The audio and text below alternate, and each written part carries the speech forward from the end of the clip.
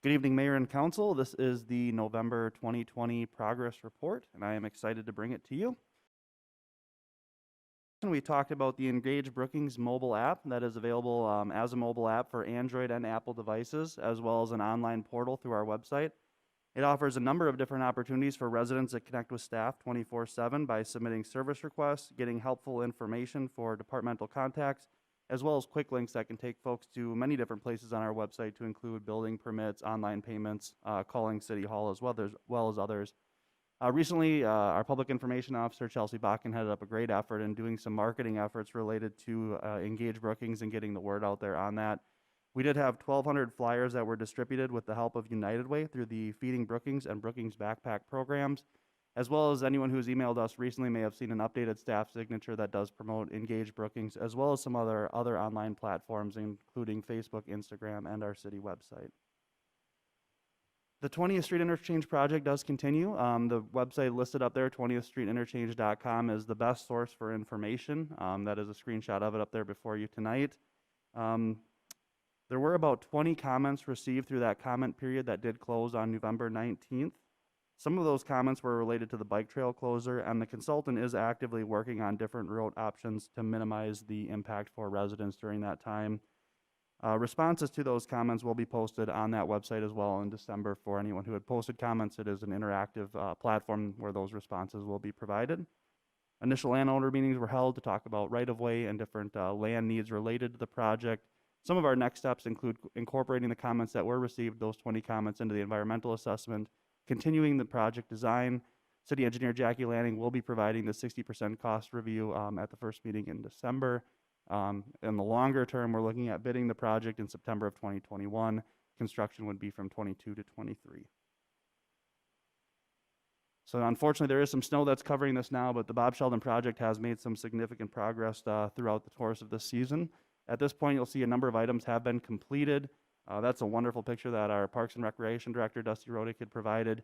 We can really see that grandstand there that's now fully in place, as well as noting some of these next steps in terms of installing the press box, which was delayed to COVID, as well as some of those other minor punch list items that could be completed, that will be completed in spring of 2021. Some may accuse me of being able to fit all this information on one slide. They would be right, but I love these pictures, so I decided to spread it out over two so folks can really see what a great project this is and what a great amenity this will be for our community. Brookings Kindness Week. Mayor Corbett did read a proclamation on the November 13th marking Brookings Day of Kindness, which aligned with World Kindness Day.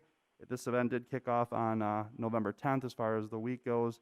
The whole campaign was centered around encouraging community members to practice and demonstrate kindness. Airport had a number of significant projects that were completed this year. $2.3 million project in asphalt, apron, and concrete hardstand that is pictured in the upper right.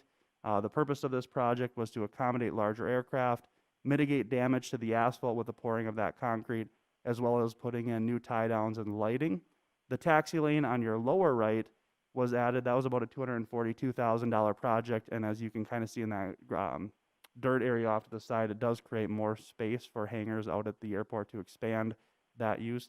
As a reminder for council and members of the public at home, almost all of our projects, and especially these here, were done through a specific funding formula where 95% of that project is covered through federal and state funds. Only 5% of those two projects does come from the city. So only a very small portion of those projects were actually utilized city funds to complete. The overlay project for 2020 is now completed. The last one was Faculty Drive, and we did only do about half of that project or so on the, the east end there. That includes installing new water main, completing asphalt patches, as well as doing an overlay.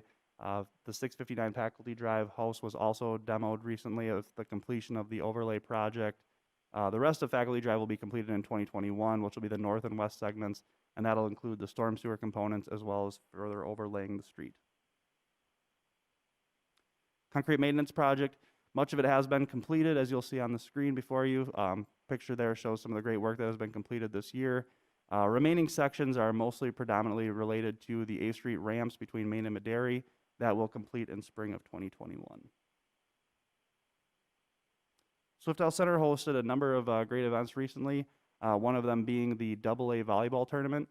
8 teams participated, included 160 players, about 700 to 1,000 spectators per session, and there were 6 sessions. All of that was done in accordance with the Swiftel Center's health and safety program, which is available on their website. The Swiftel Center has also applied for the South Dakota Small Business Grant Program. That is to mitigate all the financial loss, not all the financial losses, but to mitigate some of the financial loss due to COVID-19.